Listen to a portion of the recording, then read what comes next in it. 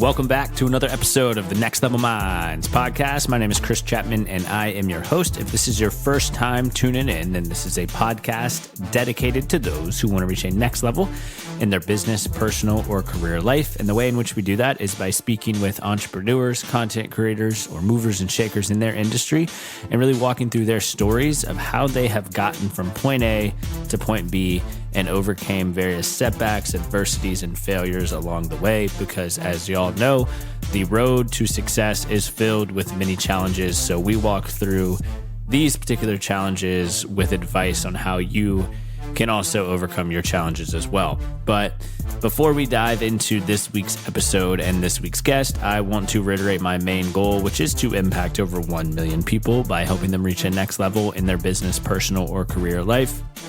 So if you have not done this already, please take the time to subscribe to Next Level Minds on Apple Podcast. Share this episode with a family member, friend, or colleague who you think will get some value out of it.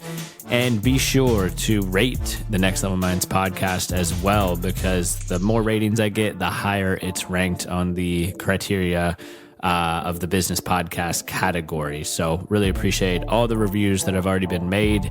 We're close to 100 now, so definitely keep those coming. Now on to today's guest and episode. I am sitting down with Jim Bramlett. He is a serial entrepreneur who started 7 different companies. He has a wealth of knowledge in business, in entrepreneurship, in leadership, in strategy, in coaching. He also is the current Vistage Chair and executive coach for Vistage, where he really coaches a lot of different executives from all different walks of life. He also has written 2 books, one of those being The Unconventional Thinking of Dominant Companies, and the second book, Stop the Hassle. So if you want business advice, if you want to dive into entrepreneurship, if you want to learn about how to be a dominating company, no matter what industry you're in, then this episode is 100% for you. Other than that, let's go ahead and tune in to hear what Jim has to say.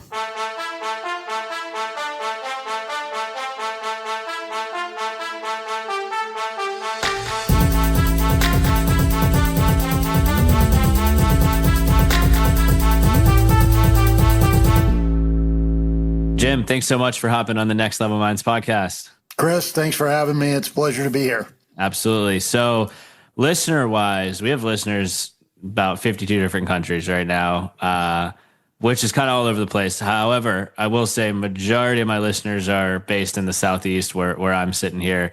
So I personally don't know much about Kansas. I know my listeners probably don't as well. What's a couple like fun facts you could share with us besides other than being called flyover country? Obviously, a lot of people know Kansas City for the Chiefs, and I'm in the suburb of Kansas City, and we're very well known for barbecue. It's a very distinct style from southeastern barbecue, but very well known. Great place to raise a family. Midwestern, values and I also have just so maybe people will relate. I've got a lake house at Lake of the Ozarks, and if you've seen the show Ozark on Netflix, that was filmed in Georgia, but it's about a story at Lake of the Ozarks. So and it's a lake, 1,150 miles of shoreline, more than the state of California. So that's another fun fact. Yeah. Oh no, that's awesome. I think the one time I went to the Midwest was in St. Louis, Missouri.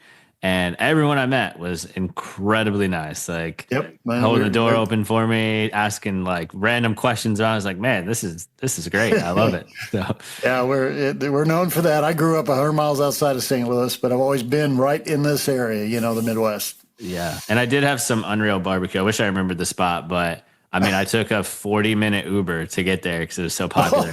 And honestly, it was worth like the $35 Uber drive plus like the $20 plate. So cool.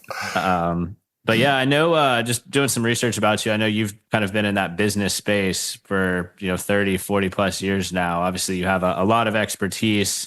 I know you've founded a couple companies, you're leading companies now, you've written books, you're doing a lot of great things. But just curious from a background perspective, what got you into that kind of entrepreneurial space and how has that kind of shaped where you are today?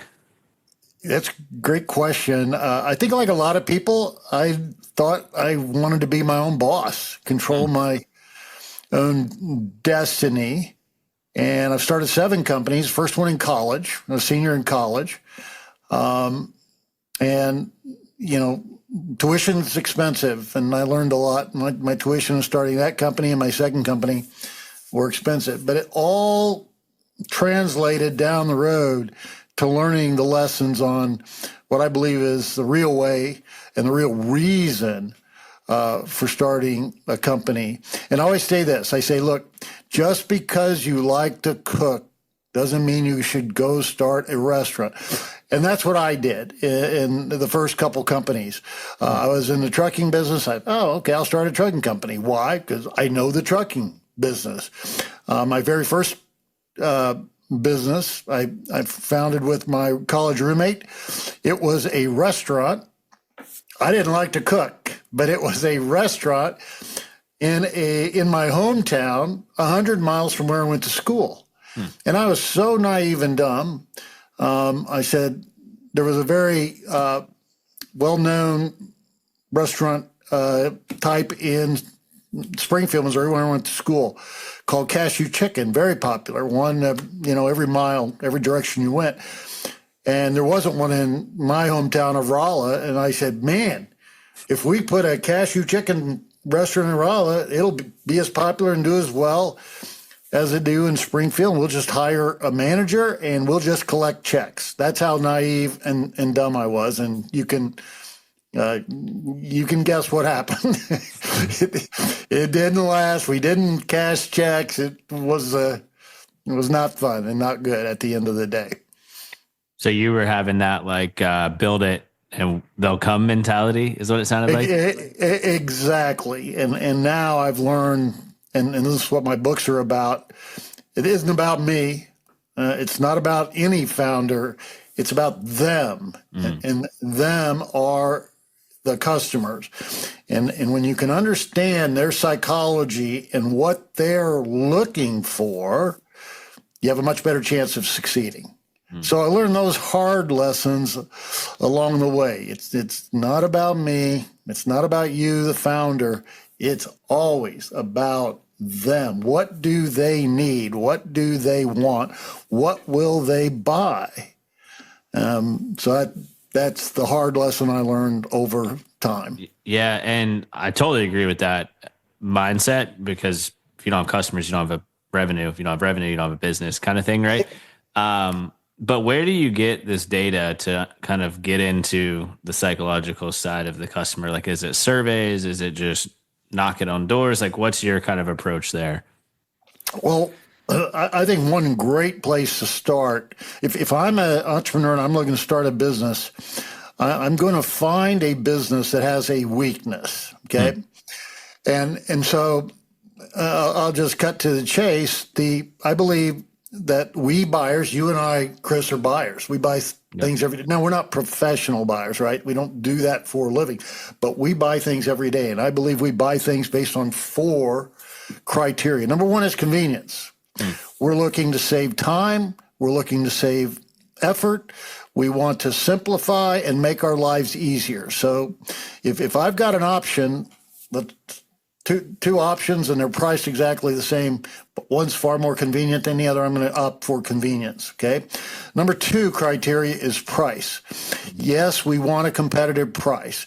We don't always want the lowest price, but we want competitive pricing. But I think even more important, and what many miss, we want pricing transparency. In other words, we want to know what we're going to spend before we make our purchase, okay?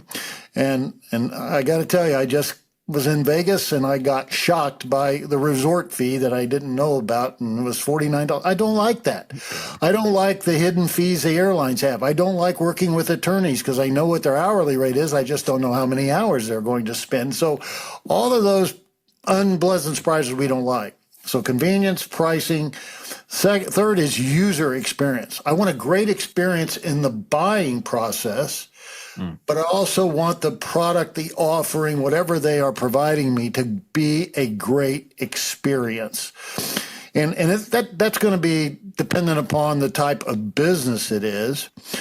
But we buyers, when we're about to buy something, we have a certain perception of what we are buying, what we're going to get. It's amplified when the brand has a brand promise.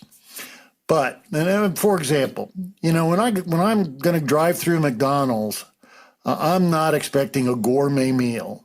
But what I am expecting is I want my meal to be hot. I want my buns, if I'm ordering to be fresh. And oh, by the way, I expect the French fries to be in the bag when I order a combo meal. Those are just kind of expectations.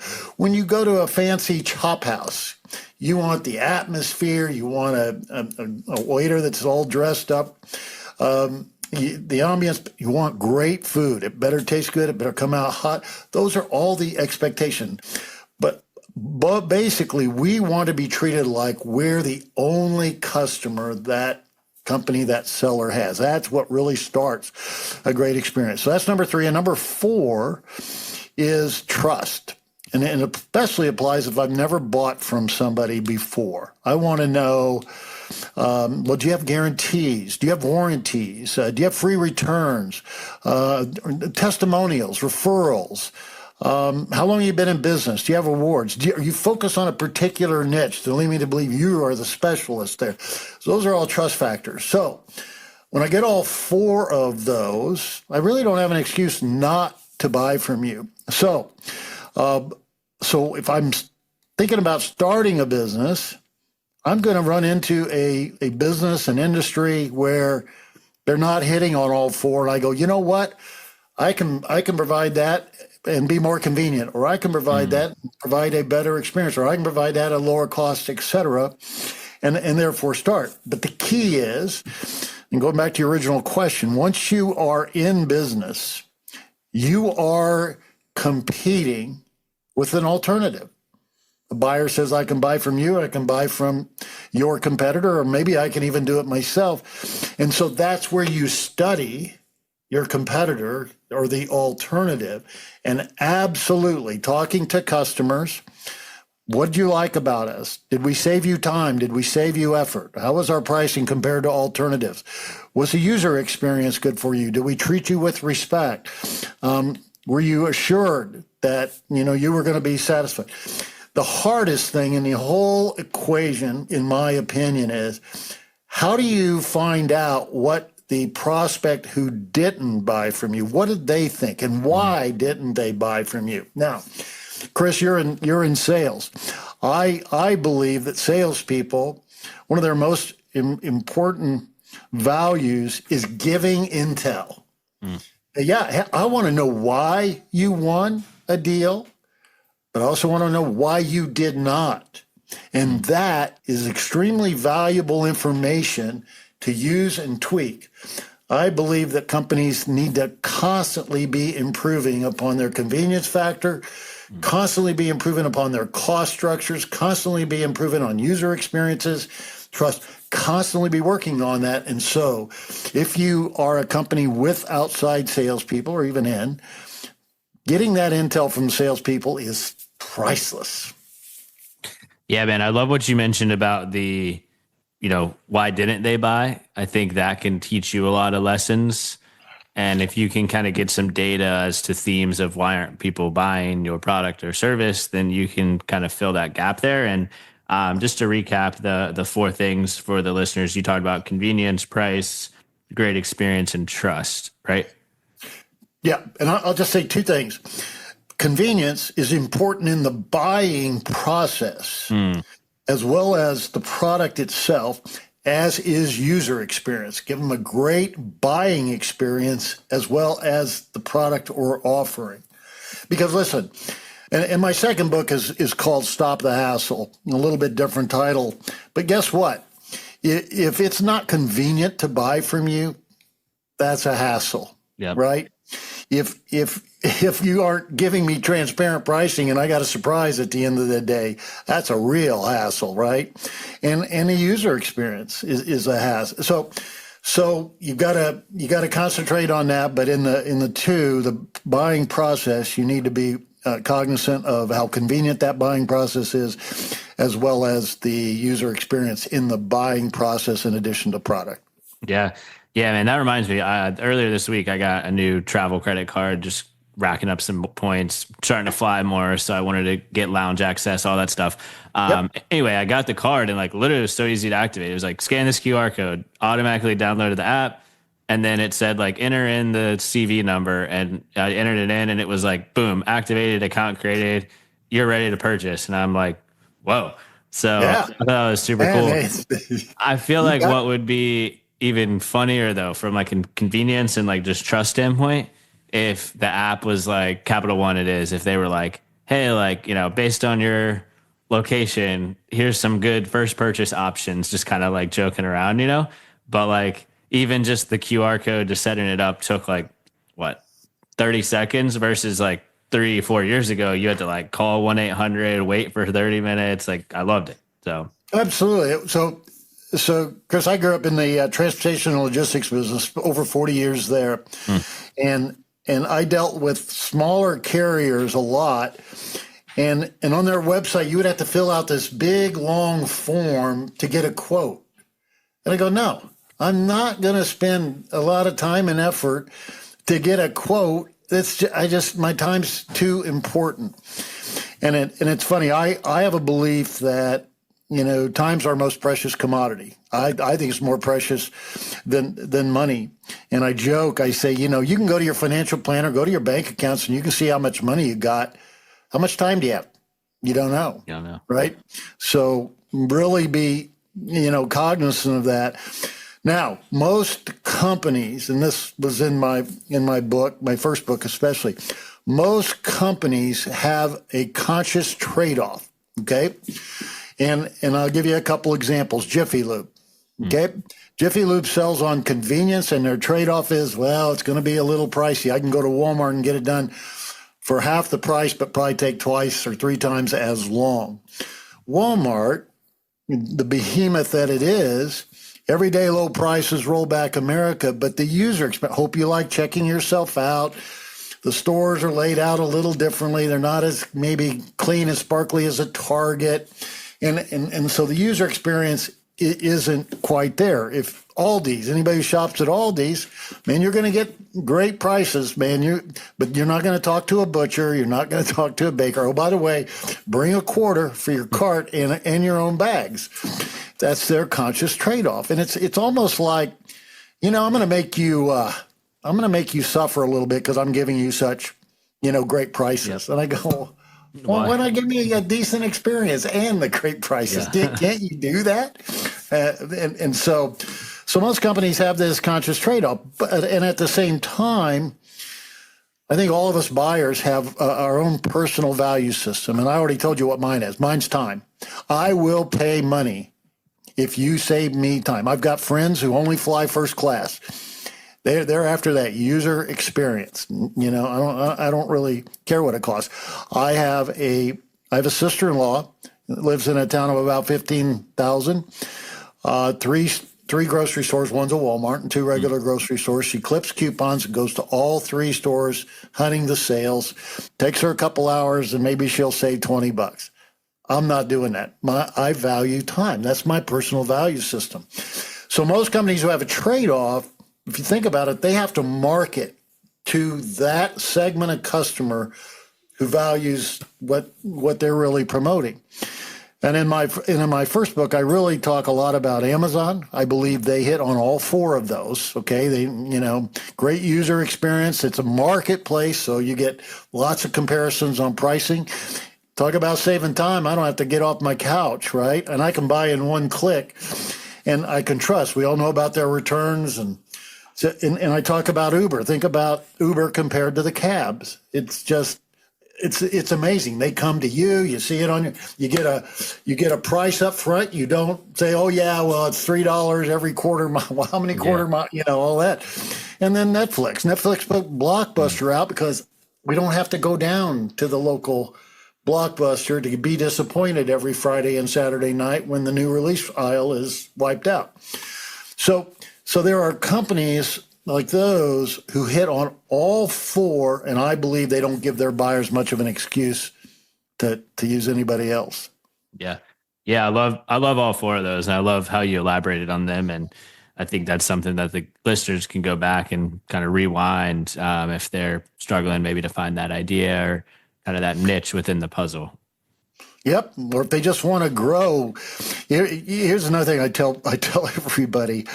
Of course, I'm in Kansas City, so I'm a big Chiefs fan. So most hated team in the NFL right now, but that's okay.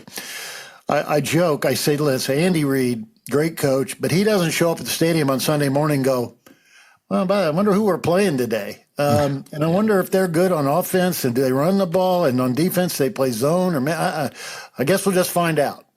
No, they study their competitors.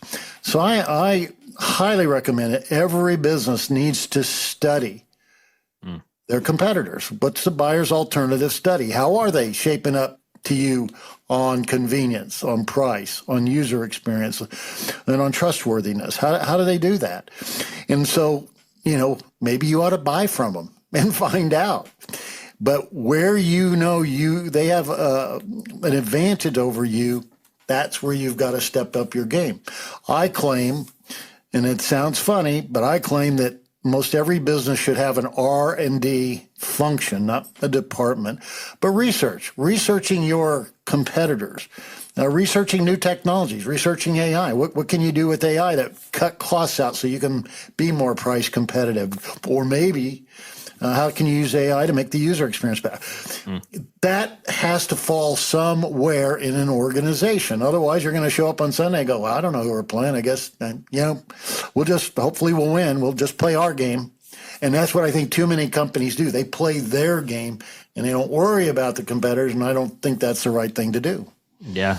Yeah. And then you get too narrow focused, and then your competition kind of starts to take that market share, and you're kind of like, oh, where did this go? Well, you weren't paying attention. You weren't paying attention, and guess what? There's now a new startup, right? Yeah. And competitor, you go, oh, where did they come from? Blockbuster said, where did Netflix come from? Oh my God, right? Yeah. And boom, they're out of business. Yeah, even like BlackBerry, right? I mean, that was like the coolest phone back in the day, and the iPhone's just like, nah, we're done with this, right? So. Yeah, well, and think about this, electric vehicles. Why haven't electric vehicles just absolutely taken off? Nobody I know loves OPEC, right? Yeah. It's a monopoly. They're controlling everything. Most of the people I know say, yeah, I like the environment. I want to keep a clean earth, and But the problem with electric vehicles is the range, and where do I find my charging station? That's a hassle. That's going to take me time and effort. And so I believe that when electric vehicles, and it's coming, I do believe that when they can get 400 to 500 mile range, and there's 3 times or a number of charging stations or as gas stations, right? At least get to that level.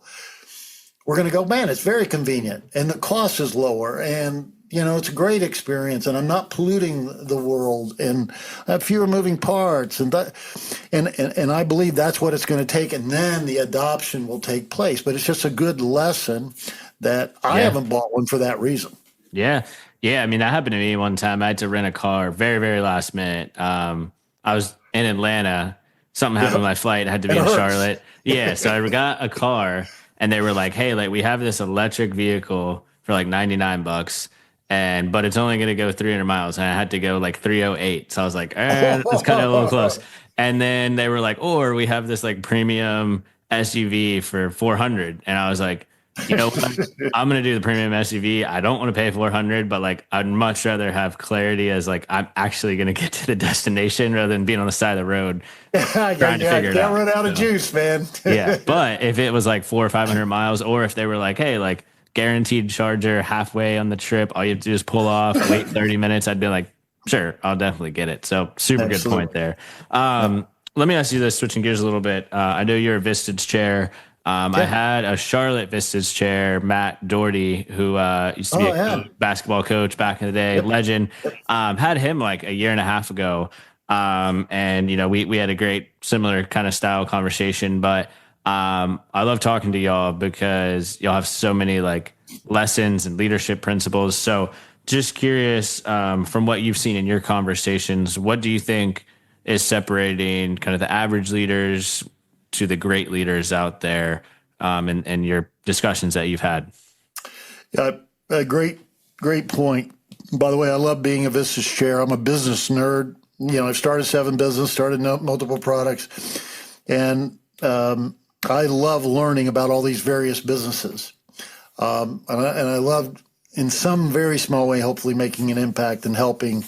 And so it's a lot of fun. But I preach this to the leaders that are in my group.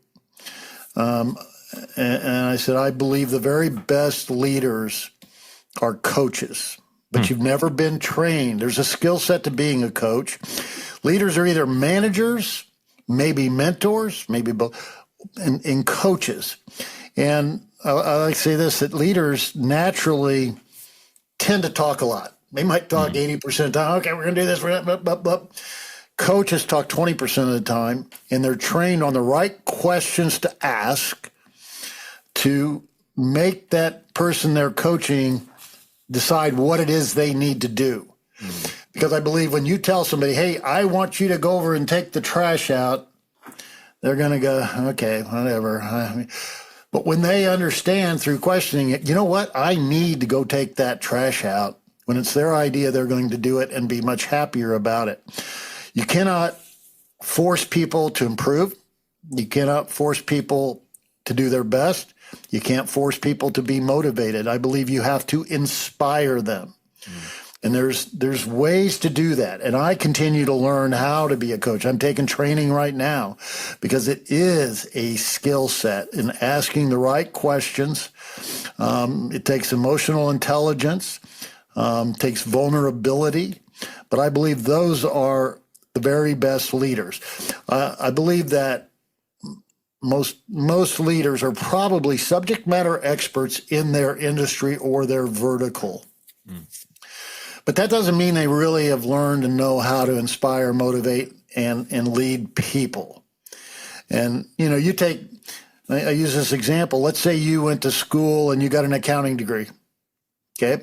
You get out, you graduate, and you get a job, maybe at a big firm, and you're doing audit, and you're doing really well, and you're working hard. And 2 years later, you get promoted to senior accountant or staff accountant, and then you do really well, you work hard, and 2 years later they go, congratulations, you're now going to be promoted to accounting manager, and here's your team of 6 people. They have never, not at school, nowhere has anybody taught them how to lead those people. So what do? They revert to how they were led. Maybe right, maybe wrong, okay?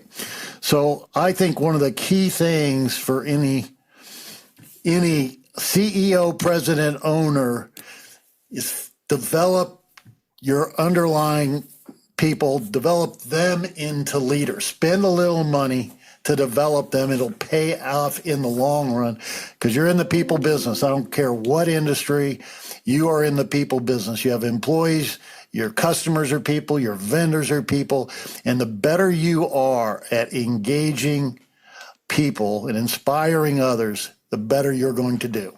That's my belief. Yeah, I love that. And I think it's just, if you're an inspiring leader, like everyone kind of goes behind you because of how inspiring you are, rather than more of like a kind of a dominant, like do this because it's like, I want to do this because he's inspiring, right? I joke with people, everybody, see my gray hair. I'm a baby boomer, right?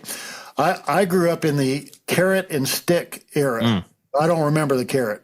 I do remember the stick. It was all just do this or else. And it was always, if you don't do this, it's going to be bad for you. And, more than any, leaders now have to deal with multi-generational workforce who all have really pretty different values.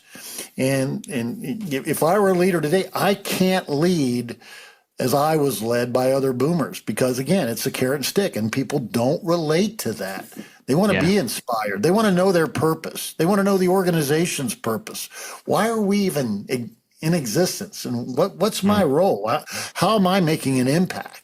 That's what I think they really want to understand. And so I think it takes a leader who can convey that and communicate that works the best. Yeah. It's definitely got to be tough because, Gen Z probably wants something different than millennial, and millennial wants something than it's like Gen X, and then Gen X wants something different than baby boomer, right? But like, what if your team consists of, 5 different generational groups, right? It's like being able to kind of silo a bit. I feel like is kind of important on like, all right, well, I'm talking to Jim. Jim's on my team. He values X, Y, and Z, but now I'm talking to Chris. Chris is 30. He likes this. Like, let's kind of switch gears a little bit, Yep. So, Yep. Absolutely. let me ask you this. When we were offline, you were like, I wish it was all dandy and like everything went well, but I've been through the ringer kind of thing. So, what are some maybe like big challenging turning point key areas in your life? Just because I know a lot of people listen, maybe not all of them, but I definitely know some are like, I'm really struggling right now, whether it's getting the business off the ground or the career. Like, and when people share, you know, stories of triumph, I think it adds a lot of inspiration to your point. So, well, I will share a story of non-triumph if that's okay with you. Yeah, do your thing. Yeah. So I talked about the first couple businesses I started, and it was not about them; it was about me, and they didn't work. But in 1999, right in the middle of the .com hysteria, really funny. I read an article on the cover of the Wall Street Journal about a 23-year-old MBA student who had founded Furniture.com, and he was in Silicon Valley, and the VC firms were competing to invest in Furniture.com. And I go, what does a 23-year-old know about the furniture business? I've been in the transportation business for years, and so, I had a business plan. I said, this is going to be easy. I'm going to go out and raise millions, and maybe they'll compete to invest in me, and life's going to be great. Well, it didn't work that way. And I ended up getting invested because I had a business plan, but nobody would invest until I had traction. So I had to go out. I got very resourceful and lucky, I guess, because I got a company to believe in what I was preaching, and they gave me business. Once I had business, that got me going, and we raised several $1 million. I grew the company up to about 40 employees, but and I joke about this, but it's not far off. I had never been a real leader before. The companies I had started was kind of me, myself, and not much. And I joke that my leadership experience was I was a class president of 12 other students, which is no leadership experience, right? But all of a sudden now I got a board of directors. My investors are a board. I had 2 co-founders that weren't working out. I had to let them go. I learned real quickly that you don't take your issues to the board, because then they're just going to say, we don't have the right person in the chair. And so here I am, I'm the visionary. I had the vision, but I didn't know about how to inspire people, how to manage people, and I really, really struggled. But long story short, we were growing, but unfortunately, we had a customer concentration issue. We had a customer that was accounted for over 50% of our revenue, and we saved them a lot of money. We made a lot of money from them, and they ultimately decided to go a different direction. And because they were over 50% of our revenue, we could not cut the cost fast enough, and we ended up merging, and I moved on. And that job, I was in my head, I was on 24/7 by 365, never off. I compromised my family time, and there was no work-life balance. It was all work, and it made me extremely lonely. And I learned. I said, I didn't know. You got to pay attention to customer concentration, because you don't want to have happen what happened to me. But I think the real, I look back, when I got contacted by Vistage to become a chair, I had never heard of Vistage. And so they told me what they were about, and I immediately reflected back to that time going, oh my gosh, I wish I had known about peer groups. I could have picked the brains of people who had different experiences, knowledge, perspectives, and maybe I wouldn't have made all those mistakes. Maybe it would have turned out, differently. but I learned, again, I put that in the learning lesson. I started a division for a major company, and it was wildly successful. It wasn't mine. I just did it for them, but I learned a lot of these lessons about focusing on what the customers wanted. So, after that bad experience is when it all started to click in my head. Not about me, it's about the customers. And I came up with those 4 guiding pillars, the 4 criteria. And I said, the more I can, whatever I do, the more I can meet what they need or what they want, the better off this is going to be. And I laugh about founders who go, we're solving an unmet, we're solving a problem, or we're solving an unmet need, or fulfilling an unmet need, or we're disrupting an industry. And I go, what does that even mean? What is that need? What is that problem? Well, guess what it is? It's convenience, price, user experience, and trust. That's what we buyers are looking for. And that's what you are solving, but they can't, for whatever reason, they don't express it that way. But that's what they're really doing for those who are, successful. So that's what it's all about.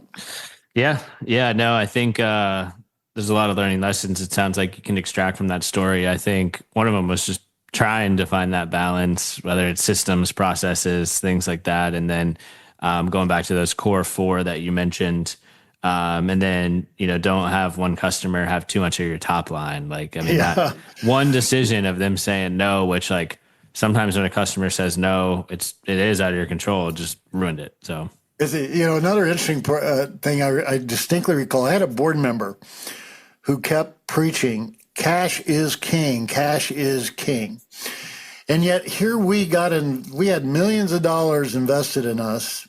And, it's like, oh yeah, let's go do that. Let's go do, and it was, I did not pay attention. I didn't really understand what he was telling me.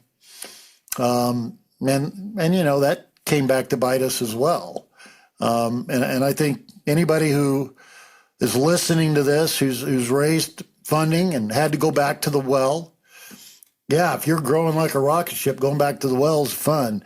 When you aren't, it's not much fun. You'll get a haircut, you'll get your equity cut, and tougher terms on the agreements, and so I think it's very, very important to have a great board who really supports you but guides you, because a lot of entrepreneurs, I don't think, have been through all the experiences that maybe where you can learn a lot of lessons. So I use this a lot. There's an African proverb that says, if you want to go fast, go alone. If you want to go far, go together. And I think that's applicable both to your internal team, being aligned, going together, but it's also as a leader, which it's very lonely being a leader. If you have other like-minded and trusted leaders that you can lean on, man, that is invaluable as you go through this journey. Yeah. I mean, that whole premise, I mean, there's just so much truth to it. There's biblical truth to it in Proverbs. Walk with the wise, you'll become wise. Walk with fools, you'll become fools, right?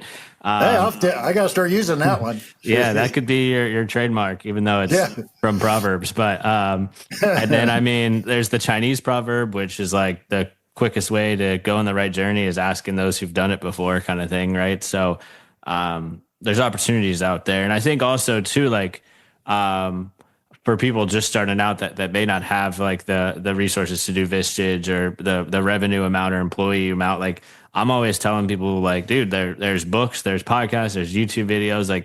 You don't have to pay starting out at 21 all this money. As you scale, you definitely should invest in programs and things because it's important to be in those rooms. But it's kind of nowadays in the information era, there should be no excuses, in my opinion. Yeah. Find a mentor. You'll find a lot of retired people, in my opinion, who would love to help, young leaders and guide them. They want to have purpose and a fulfilling life. And I think it's a lot of fun to help, other leaders especially for somebody who's been through the long journey, learned a lot of hard lessons. I think they're out there. So even if you don't have a budget to be part of an official peer group, I think you can find others who'll just do it just out of the goodness of their heart. And here's the key, and Chris, this is a real key for members in my Vistage group. You have to be vulnerable. And vulnerable isn't a weakness. Vulnerable is a sign that you want to learn, that you don't know it all. Okay? And I got this challenge, and you're willing to talk about that challenge because you're looking for help. And if you're vulnerable, then anybody who doesn't want to help you. And I've had members of my Vistage group that I've lost because they couldn't get there. They put this facade on. Everything's good. I know it's a little tough, but I'm tough. I'll outlast this, and it doesn't work. You've got to be able to be humble and vulnerable and ask for help, and get opinions. And like you said, listen to podcasts, read books. Just learn. Yeah. And even like you being vulnerable about your situation, it could open up the door for somebody to be like, wait, like I've been there. I can talk to you about this. Or it could be somebody's like hearing what maybe you dropped the ball at, and they're like, oh, I'm not quite there yet, but definitely not going to do what he just did because look what happened. Amen. So there's a lot of rewards that can happen. So Amen. Well, I know you got 2 books, Unconventional Thinking of Dominant Companies and Stop the Hassle. If people want to grab one of those, where's the best place to look for those books? You can go out to jimbramlett.com. Okay. You can buy either one of those or Amazon or practically, the second book you can find a lot more places than you can the first. I self-published the first through Amazon, so you can get it through my site or Amazon. But the second book, which I think is a better book, because the first book, listen, I just talk about Amazon, Netflix, Uber, a couple other smaller companies and what it is they do. In Stop the Hassle, I reveal that formula and how it can apply to any business. Half of it's the formula, and the other half is what I loosely term culture. I talk about having an R&D, using your salespeople as intelligence, what a value proposition is. Again, in the transportation logistics business, I find too many use a feature proposition, not a value proposition. I have 100 trucks and I service South Carolina. I don't care. I want better on-time service and less damage on my packages and better customer service and competitive pricing. And that's what I value, right? The 4 principles. So your value proposition needs to reflect what it is I value.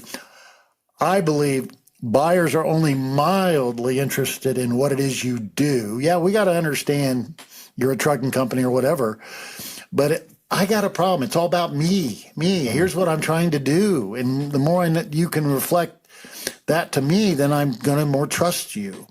So the second half of the book is, another one. And I've had a lot of my own companies, but in over 40 years going to meetings, most every meeting, internal meeting is, well, let's talk about our revenue. Let's talk about our costs. Let's talk about our IT projects. I've never been to a meeting that says, let's talk about how many customers we gained last month and why. Okay, now let's talk about how many customers we lost and why. I'm a huge Jeff Bezos fan. One of my favorite books is called The Everything Store. It's the Amazon story.